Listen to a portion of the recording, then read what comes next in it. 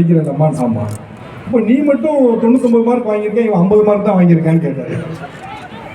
இந்த வழியில் பதில் சொல்லல. இந்த கேள்விக்கு யாராலையும் பதில் சொல்ல முடியாதுன்னு, என்னால் மட்டும் இல்லை, அந்த டீச்சராலையும் பதில் சொல்ல முடியல. அவங்களும் கிட்டத்தட்ட பார்த்தீங்கன்னா தர்ம சங்கடமாக நிலைமைக்கு போயிட்டாங்க. இந்த கேள்விக்கு எப்படிலாம் பதில் சொல்றது? பரவாயில்ல சார், ஒன்றும் இல்லை, பையன் வந்து எல்லாம் படிச்சிருவான் அப்படின்னு. இல்லை எனக்கு இந்த கேள்விக்கு மட்டும் பதில் சொல்லுங்க. ஒரே கிளாஸு, ஒரே ஸ்கூலு, எல்லாம் பக்கத்து வீடு, ஆனால் ஒன்றால் மட்டும் 99 மார்க் வாங்க, ஒன்றால் ஏன் 50 மார்க் வாங்க முடியும்? இதை மாதிரி ஒரு தர்ம சங்கடமான நிலைமை ஒரு நாளும் யாருக்குமே வரக்கூடாது.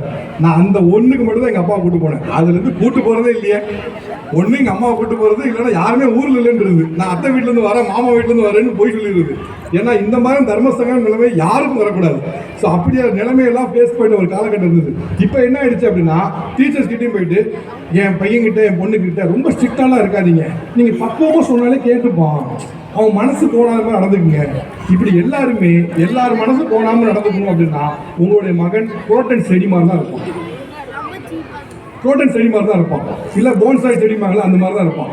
நீங்கள் ஒரு செடியை வளர்த்துறீங்க, மரமாக வளர்த்துறீங்க அப்படின்னா அதுக்கு எல்லா வித கண்டிஷனும் தேவை. தண்ணி இல்லாத கண்டிஷன் தேவை, தண்ணி இருக்கக்கூடிய கண்டிஷன் தேவை, புயல் தேவை, மழை தேவை, இப்படி எல்லாமே தேவை. நீங்கள் ஒரு செடியை அப்படியே பத்திரமாகவே பார்த்துக்கணும்னா நீங்கள் மியூசியமில் தான் வைக்கணும். அப்படி பாசிபிள் இல்லை. அதனால தயவு செஞ்சு எல்லாருமே உங்களுடைய மகள்கிட்ட ஃப்ரெண்டாகவே இருக்கணும் அப்படின்னு நினைப்பதை தயவு செய்து நிறுத்துங்க. யாராவது ஒருத்தங்க உங்கள் மகனோ தவறு செய்யும் போது இது தப்புப்பா, இது தப்புமா அப்படின்னு சொல்ற இடத்துக்கு ஒரு ஆளை ஸ்ட்ரிக்டா பேசுற மாதிரியான ஒரு ஆளை வச்சுக்கணும். அது ப்ராபப்ளி நீங்களே கூட இருங்க. டீச்சர்ஸும் இது தப்புன்னு சொல்ற இடத்துக்கு அவங்களையும் வச்சிருங்க. இப்போ நிறைய இடத்துல போனா டீச்சர்ஸ் எதுவும் சொல்லவே கூடாதுன்னு நினைக்கிறாங்க.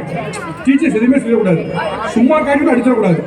அடிச்சா ஊருக்கு எல்லாரையும் கூட்டு வந்துருது. அது எப்படா அடிச்சான், அது எப்படா பேசினாலும் மொத்தமா கூட்டு வந்துருது. தயவு செய்து இந்த அணுகுமுறை அவங்களுக்கு ரொம்ப எளிமை, அவங்களுக்கு ரொம்ப ஈஸி. இந்த கணித மாதிரி விட்டு போறது ரொம்ப ஈஸி, ஒரு பிரச்சனையும் கிடையாது. சொன்னே அவங்க பிள்ளை கேட்கறேன்னு போயிட்டே இருக்கலாம். யாரோ பெற்ற பிள்ளைக்கு அவங்க எவ்வளவு யோசிக்கணும். ஏன்னா அவங்களோட பிள்ளைய பாக்குறாங்க. நீ ஆனுவல் டே எப்பெல்லாம் பார்த்துருக்கீங்களா? இந்த பசங்களாம் டான்ஸ் ஆகிட்டு இருப்பாங்க. இந்த பசங்க டான்ஸ் ஆடும்போது ஒரு டீச்சர்ஸும் டான்ஸ் ஆகிட்டு இருப்பாங்க. இப்படி பண்ணு, அப்படி பண்ணு அப்படின்னு. ஏன்? 1 மாசம் 2 மாசம் உழைப்பு அந்த குழந்தைங்க போட்டிருக்காங்க.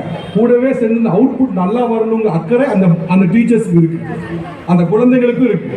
அந்த அக்கறை நமக்கு வேண்டாமா? டீச்சர்ஸும் குழந்தைகள் மட்டும் தான் இருக்கணுமா? நமக்கு இருக்கக்கூடாதா? அப்போ யாராவது ஒருத்தங்க கடினமாக நடந்துக்கிறாங்கன்னா அவங்க கிட்ட போயிட்டு தயவு செய்து இப்படிலாம் பண்ணாதீங்கன்னு சொல்லாதீங்க.